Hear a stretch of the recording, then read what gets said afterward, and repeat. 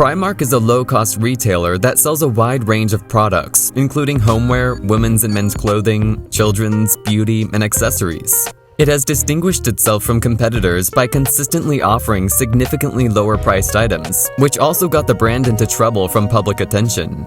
Hey folks, today we will see the story of Primark and its dramatic rise.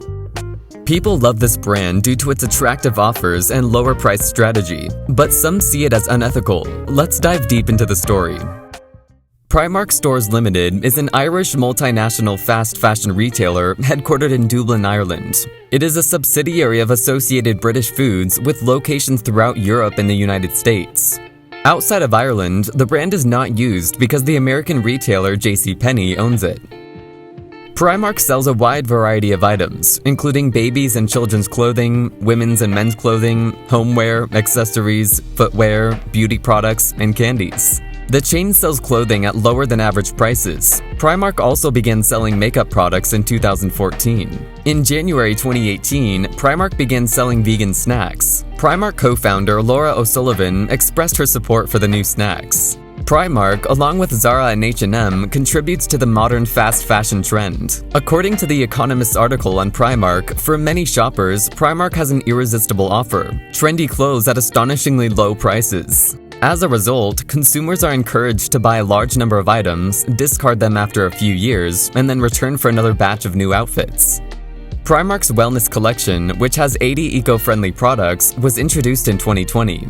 The materials used to make each items are either recycled, sustainable, or organic. This is a commitment made by the retailer to reduce its environmental footprint.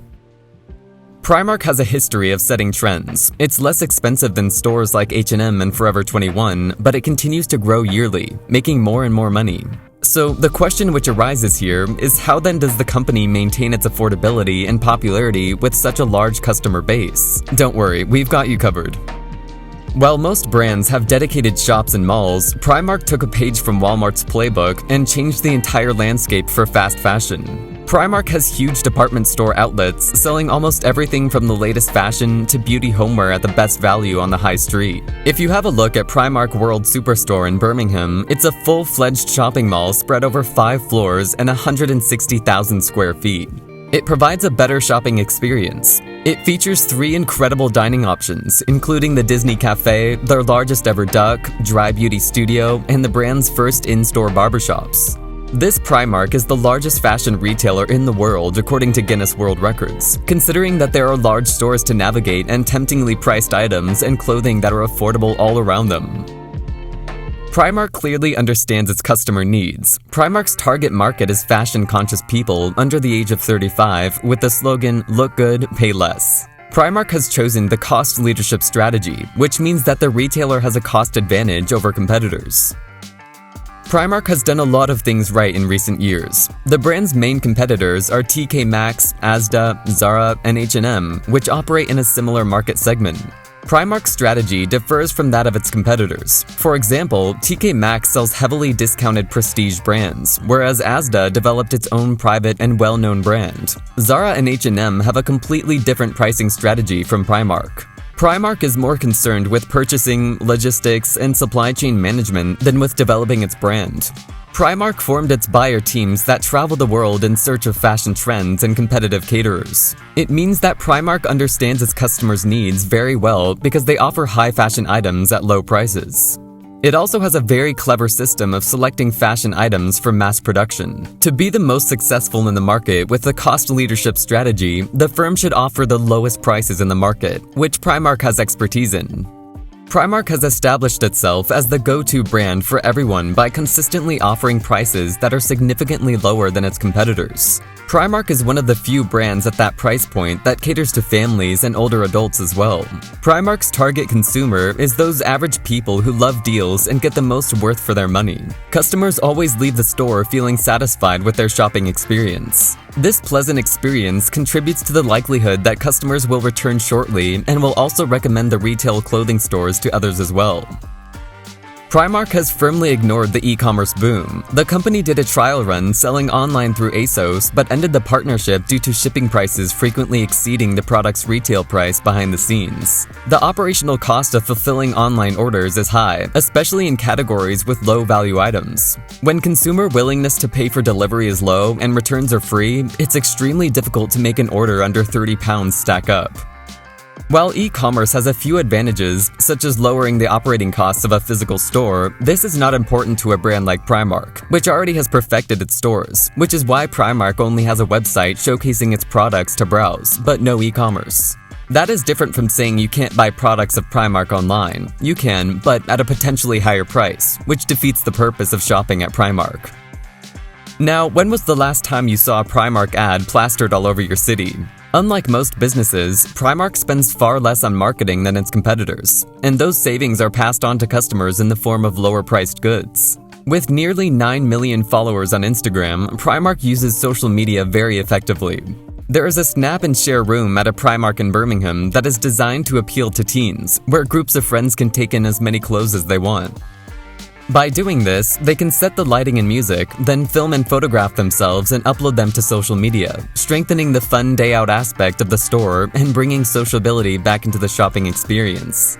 It's a very clever marketing move by Primark, as it essentially encourages customers to act as influencers to drive free marketing. When Primark runs advertising campaigns, they're extremely cost-effective. Primark opened in downtown Brooklyn today, and it has all the latest trends to meet your fashion needs. In 2018, the My Brooklyn, My Primark advertising campaign featured actual customers as models, shifting away from unattainable imaging standards in favor of representing real, relatable people. This not only saved money on hiring professional models, but it also sent a strong message that their clothes are clearly for everyone. According to experts, clothing manufacturers spend $1 for every $11 spent. This includes everything from the plastic packaging on the clothes to the customized bags brands use. Primark's legendary strategy for using plain brown paper bags to save money is just brilliant. Low overheads are one of the contributing factors to any successful business, and when you look at the distribution map for Primark stores, you'll notice that most of them aren't very closer to the city or in a prime location, but rather on the outskirts of town, lowering the rent for the stores. This strategy of Primark lowers costs while increasing profits. Primark also reduces labor costs by having its suppliers pre-package their clothing for store shelves straight from the factories. Fewer employees are required, which results in two benefits. The first is the fewer members of management, and the second one is the fewer salaries paid. The entire business model of Primark revolves around quantity over quality.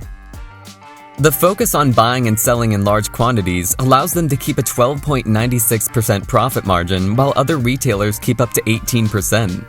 Although the majority of its business comes from Europe, the company benefits from purchasing economies of scale and transfers some of the savings to its customers in the form of lower prices, making it a win-win situation for all. Primark is well known for outsourcing its manufacturing to countries with cheap labor and a lower tax policy.